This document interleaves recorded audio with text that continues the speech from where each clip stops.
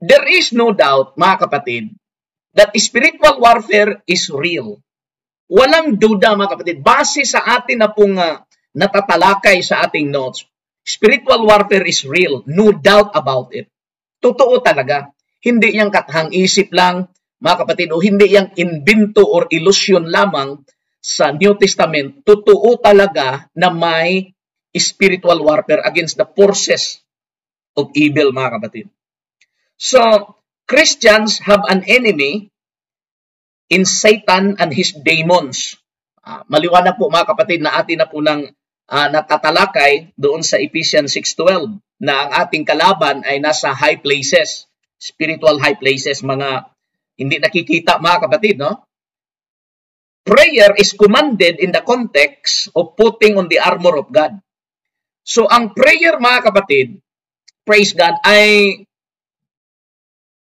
ini-encourage at inuutos para, mga kapatid, isuot natin ang weapons of warfare. Now, some things recommended by warfare prayer adherents are useful. Gusto kong maintindihan natin ito, mga kapatid, kung ito po ba'y apostolic o hindi. Kasi ang danger, mga kapatid, baka nakopya natin ito at nakopya sa ibang mga kapatiran pag sinabing spiritual warfare or warfare prayer, praise God, na hindi naman tinuturo sa Bible. Kaya ngayong gabi, alamin natin. That said, some warfare prayer techniques are unbiblical. Ulitin ko po. There are some warfare prayer techniques are unbiblical. Wala po talaga sa Bible at yan ang nakakatakot. Praise God. So, mga kapatid, tinuturo ko ito, mga kapatid, para ma-educate tayo, lalo, mga kapatid, kung tayo po ay sasali, mga kapatid, sa spiritual warfare. So, ano itong warfare prayer? Parang prayer lang siya na nakadesign na, praise God, talagang binding and loosing, mga kapatid. Praise God. Atin pong tingnan ngayong gabi kung ito po ba ay apostolic. Praise the Lord. Tayong mga apostolic believers should take great care not to be led astray by man's opinion about how to pray versus God's command. Kailangan natin, mga kapatid, malaman, kailangan careful po tayo kung itong technique na ginagamit natin sa prayer, kung ito po ba'y gawa-gawa lang ng tao o talagang inuutos ito ng Diyos sa atin. Yan ang kaibahan. Kung ito po ba ay opinion lang ng tao na kailangan ganun ang gagawin o talagang utos na mababasa talaga natin sa Bible. Praise the Lord. Now, in the Sermon on the Mount, Jesus gave two general guidelines on prayer. Okay? Meron pong dalawang guidelines pagdating sa prayer. Mga kapatid, kung kasama po kayo, mga kapatid, sa mga prayer connections, praise God, sa mga prayer na nagawa po natin, ating tingnan mabuti, mga kapatid, kung saan tayo. Sakto ba? Tama ba ang ginagawa po natin? Okay? Para, praise God, hindi masayang yung ating panahon. Una, Jesus gave two general guidelines on prayer. Number one, mga kapatid, na sinabi, pray secretly. Yan talaga ang unang sinabi ni Jesus at utos talaga ng Bible. Bible ang nagsabi, pray secretly. Ngayon, ang prayer nyo ngayon, secret ba yan o hindi? Praise God. Yan ang una, pray secretly. Kasi si Jesus mismo ang nagbigay ng dalawang general guidelines sa Bible. Na una, pray secretly instead of to be seen by other people. At ang pangalawa, mga kapatid, don't repeat empty words. Ito yung bantayan natin, lalo na sa apostolic, na paulit-ulit, ang bilis pa, praise God, na parang high octane, mga kapatid, pero paulit-ulit. Sinabi ng Bible, do not do it. Don't repeat empty words. At alam natin, mga kapatid, praise God, sa pinanggalingan po natin paniniwala, siyempre may repetition yan, ilang bisis ulit-ulitin, at baka mga kapatid, praise God, tayong mga apostolik ay makakopya sa ganung paraan na sa maraming paulit-ulit ay sasagutin ka ng Panginoon. Tandaan natin mga kapatid na kapag empty words, hindi sasagot ang Panginoon, na nagagalit ang Panginoon yan. Praise God. So guidelines ito ng Panginoon na binigay sa atin. Praise the Lord. Tingnan natin ang scripture. Matthew chapter 6, verse 5. Sinabi po dito, "And when thou prayest, thou shalt not be as the hypocrites are." So yung mga nagpipray, mga kapatid, na nagpapakita talaga sila nagpipray, mga hipokrito daw yan, sabi ni Jesus. Nagsabi, "For they love to pray standing in the synagogue, they love to pray standing in the church, in the corner, in the streets, that they may be seen of men. Verily I say unto you, they have their reward." Tapos na po ang reward nila. "But thou," pero ikaw na apostolik, "when thou prayest, enter into thy closet." Pumasok ka sa kwarto mo. "And when thou hast shut thy door, pray to thy Father which is in secret, and thy Father which seeth in secret shall reward thee openly." Mga kapatid, hindi po binago ng New Testament ang guidelines patungkol po sa prayer. Ganun pa rin. Wala pong na-modify. Praise God. Ganun pa rin ang sinabi ng Bible. Praise God. Verse 7, mga kapatid. Tingnan natin. "But when ye pray, use not vain repetitions." Praise God. Na puro na lang hallelujah, O God. Hallelujah, O God. Mga kapatid, sinabi na ng Bible, huwag mong ulit-ulitin ng mga empty words. "As the heathen do. For they think that this shall be heard of their much speaking." Hindi ito pahabaan, mga kapatid. Pag marami kang nasasabi, mga kapatid, ay dinggin ka. Hindi ganun, mga kapatid, ang rules. Finally, Jesus stressed the importance of forgiveness, saying that those who are forgiving will be forgiven. Praise God. Makikita yan sa verse 14 and 15, mga kapatid. So walang saysay, kahit sabihin kang ikaw ay isang prayer na warfare prayer, mga kapatid, isang adherence ka sa warfare prayer, pero kung hindi ka makapagpatawad, walang saysay, hindi gagaan na lahat, mga kapatid. If you forgive men their trespasses, your heavenly Father will also forgive you. But if you forgive not men their trespasses, neither will your Father forgive your trespasses. Okay? So ngayon, yan po, mga kapatid, ang ating pundasyon sa ating pagtuturo ngayong gabi. At atin pong alamin kung ang prayer warfare, apostolic ba ito o galing ito sa Protestant, mga kapatid. Praise God. Warfare prayer commonly encourages a take control attitude. Take control attitude. Kasi ang warfare prayer, mga kapatid, para bang gusto nating kontrolin, mga kapatid, ang isang sitwasyon. Kontrolin natin, mga kapatid, lahat. Praise God. Yan ang attitude ng warfare prayer. Where prayer warriors are told to be bold. Sasabihin ng mga warriors na kailangan bold, decisive, faithful in your prayer. Kailangan faithful ka sa inyong prayer, ha? Kailangan faithful ka. Nagiging rules na tuloy, mga kapatid, because itong warfare prayer, praise God, it commonly encourages take control attitude. Kontrolin ka. At ikaw, gusto mong kontrolin, mga kapatid, ang lahat ng mga pangyayari. Now, ang sabi ng author, there is nothing wrong with praying boldly and faithfully. Wala namang masama, mga kapatid, na mag-pray ka boldly and then faithfully. As long as we remember who is in charge. Praise God. Basta malalaman natin, mga kapatid, at kilala natin sino ang in charge. Diba? Ang in charge ng lahat ng pangyayari, ang in charge sa lahat ng sitwasyon, ang Diyos naman. Praise God. Common warfare prayers include many I statements. Ito po ang problema, mga kapatid, sa warfare prayers. Because it includes many I statement. Ako. Ano po yun, Pastor Plaza? Yung mga ako. Praise God. Tingnan nyo mabuti, mga kapatid. I declare, I decree, I bind, I overrule, I rebuke. Ito po, mga kapatid, ang warfare prayer. Praise God. I declare, I decree, I bind, I overrule, I rebuke. Pakinggan mabuti ha, baka masyak ka mga kapatid. Praise God. Kasi palagi nating naririnig ito. Ang warfare prayers include many I statements. Such as I declare, I decree, I bind, I overrule, I smash, I rebuke, and others. The prayer, yung taong nananalangin, dapat nating maintindihan, praise God, is the acting agent. And there is a danger of praying.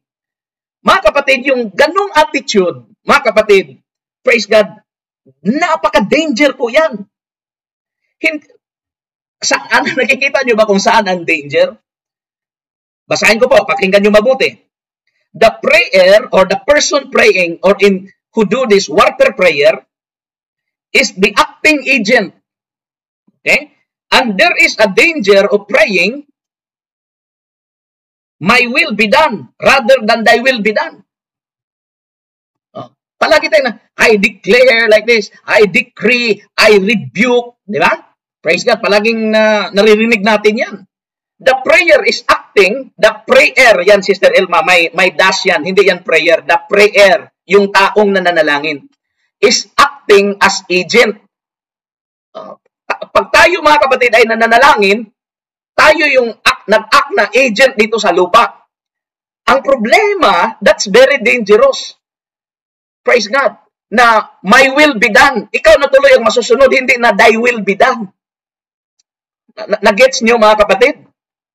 Tingnan natin kung may utos ba talaga ang Bible na ganito, mga kapatid. O ito po ay imbento lamang ng mga Protestant, mga kapatid, na nakopya, mga kapatid, ng mga Wanes believers. Now, some warfare prayers recommend speaking to Satan in direct address. Praise God. Marami pa tayong naririnig, mga kapatid, praise God, na nagre-recommend sila na kailangan kausapin mo daw si Satanas. Praise God. Kailangan harapin mo daw si Satanas. This is not biblical at all. Wala po sa Bible na kailangan kausapin mo si Satanas. Wala po sa Bible na kailangan kausapin mo ang mga demonyo. Wala po yan sa Bible. Our prayers are to be directed to God alone. Ang prayer natin sa Diyos lamang. Sa Diyos lang tayo makipag-usap.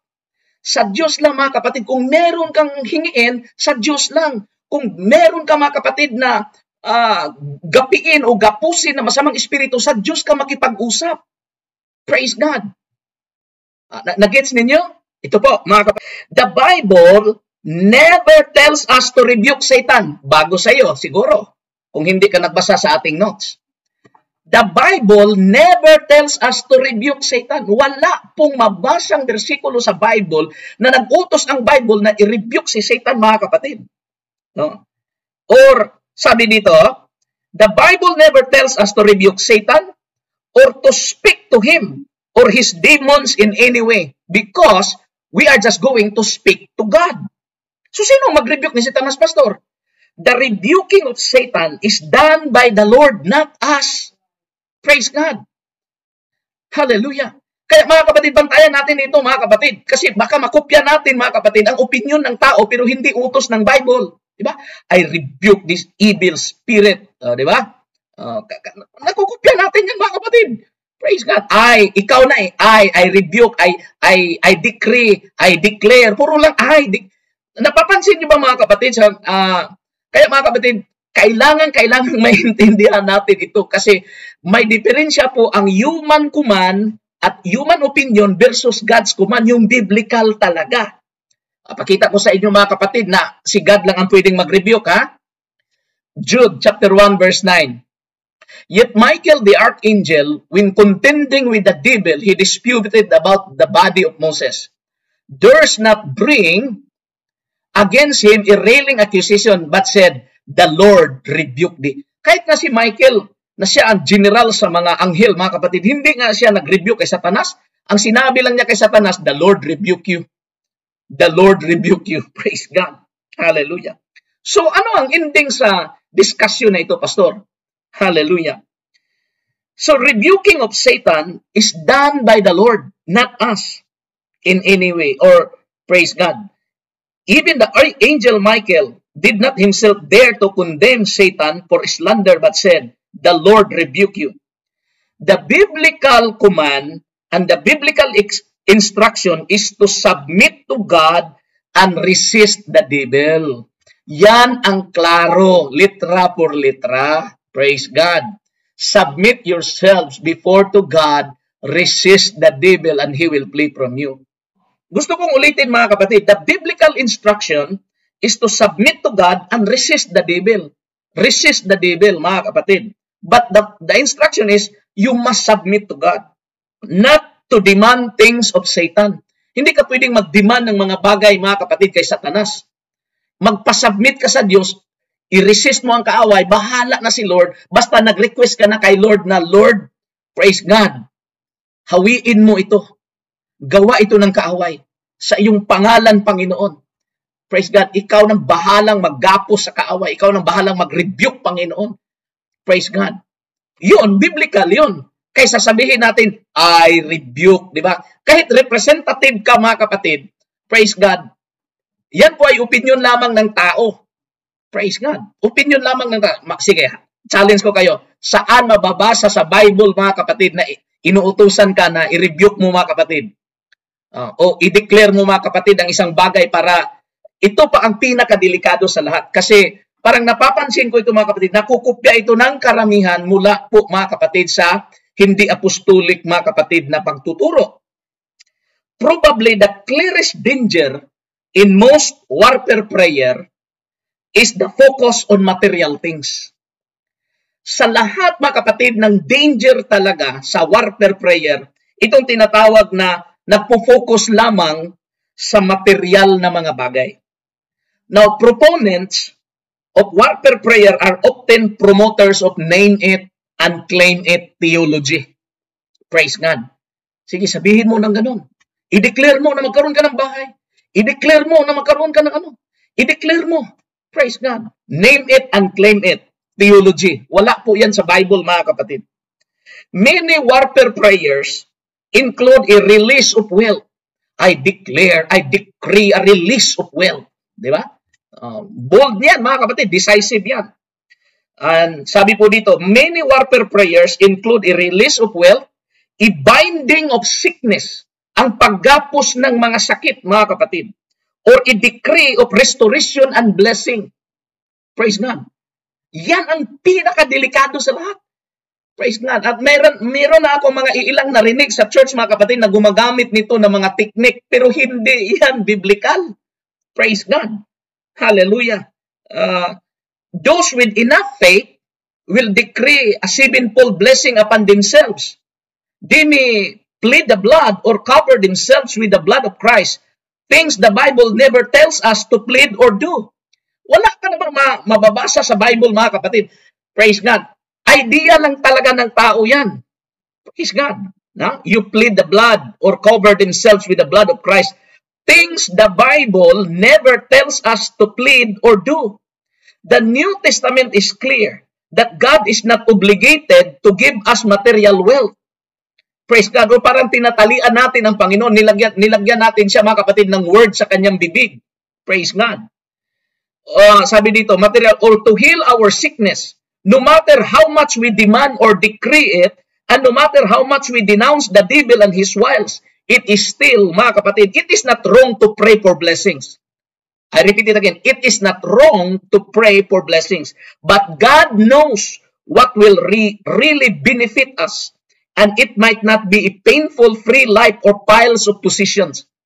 Tandaan nating mabuti, mga kapatid, praise God, na ang Diyos ang nakakaalam kung ano yung ikakabuti po sa atin. Hindi mali na mag-pray ka ng blessing, pero praise God, hindi mo pwedeng talian ng Panginoon. God is not obligated to give you material wealth or to heal our sickness, no matter how much we demand or decree about it. Praise God, hallelujah. Kasi siya ang nakakaalam kung saan ang purpose nito, mga kapatid. When warfare prayer guru, yung mga nagtuturo ba, talagang nagtuturo sila na ganito dapat, ganito dapat. Praise God, very controlling na tuloy, mga kapatid. Kinukontrol ka na tuloy. Praise God. Ini-exhort nila yung mga followers to command things to happen. Inuutosan nila yung mga membro, mga kapatid, na sige, Magsalita ka, command things to happen sa iyong buhay. Oh, aggressively pray for a dream or desire that may or may not be God's will. Now, this is not faith. Hindi na po faith yan, mga kapatid. It is a recipe for discouragement. Praying in the midst of our spiritual warfare is necessary. But warfare prayer does not mean praying harder, praying more decisively, or assuming authority we do not have. Mahirap, mga kapatid, na mag-assume ka ng authority na wala ka namang authority. Ang Diyos lang may overall authority. Praise God. It means praying according to Scripture. Yung panalangin, mga kapatid, yung prayer natin na ayon sa Bible talaga. Trusting in the power of God. Praise God. Hindi ka pwede mag-decree, praise God, mag-declare. Praise God, wala ka namang authority niyan. Galing yan sa idea, mga kapatid, ng mga Protestant, hindi na apostolic. Kasi once you pray, you need to trust the power of God. Once you pray, you need to submit also your will to Him. Siya nang bahala, mga kapatid. Just believe na yung pinapaabot mo sa Diyos, dinidinig niya. Hindi na kailangan maramihan pang salita, paulit-ulit na, oh God, oh God, oh God, puro na lang oh God. Praise God. Hindi ganun, mga kapatid. So, kailangan, mga kapatid, na itama natin ito. Praise God. Hindi mo pwedeng kontrolin ang isang bagay, mga kapatid, mga pangyayari. Ang Diyos lang ang may control sa lahat. Ang turo, mga kapatid, sa sinabi ni Jesus, pakinggan niyo ako, ang pinaka-complete talaga na pattern ng prayer, Our Father, which art in heaven, hallowed be your name, thy kingdom come, your will be done on earth as it is in heaven. That is a worship. I-worship natin ang Ama, kilalanin natin siya, mga kapatid. Praise God. Dahil banal ang kanyang pangalan. Give us this day our daily bread. It is a pattern sa pangangailangan natin, yung domestic, pagkain, damit, tirahan, yan. Praise God, kasama. Forgive our debts as we forgive also the debtors. So, magpatawad tayo para pag humingi tayo ng tawad sa Diyos, patatawarin din tayo. Pero ito lang ang sinabi ng Bible, mga kapatid. Wala pong kasama dito na rebukein mo si Satanas, rebukein mo yung mga demonyo na I rebuke you. Praise God. Ang prayer, sabi dito, lead us not into temptation, but deliver us from the evil one. Praise God. Maliwanag po, mga kapatid, deliver us from the evil one. Yan ang i-pray natin araw-araw. Lord, iligtas mo ako, Panginoon, sa gawa ng kaaway. Praise God. Ikaw nang mag-rebuke sa kanya, Panginoon. Hindi na, I rebuke you, Satan. I rebuke you. Puro lang ng I. Hindi yan. My prayer be done. Thy will be done. Siya ang masusunod. Kasi siya nakakaalam kung ano ikabubuti natin. Yan ang apostolic. At sunod nating pag-usapan, mga kapatid, ay patungkol pa rin ito. Kasi napaka-importante po ito. Praise God. Hallelujah. Kasi yung pag sinabi na lang, I declare, I decree, para lang, mga kapatid, ganito, mga kapatid, it's not faith anymore. It will bring, sabi dito, mga kapatid, frustrations and discouragement.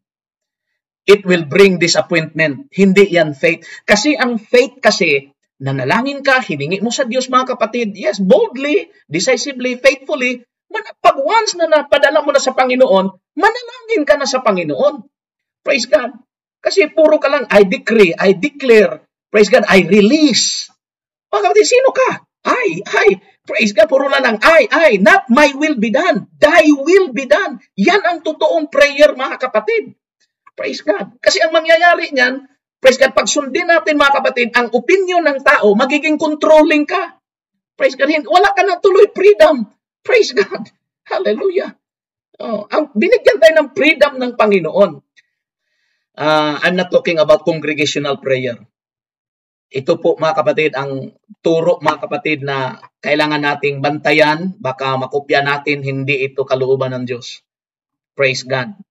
Hallelujah.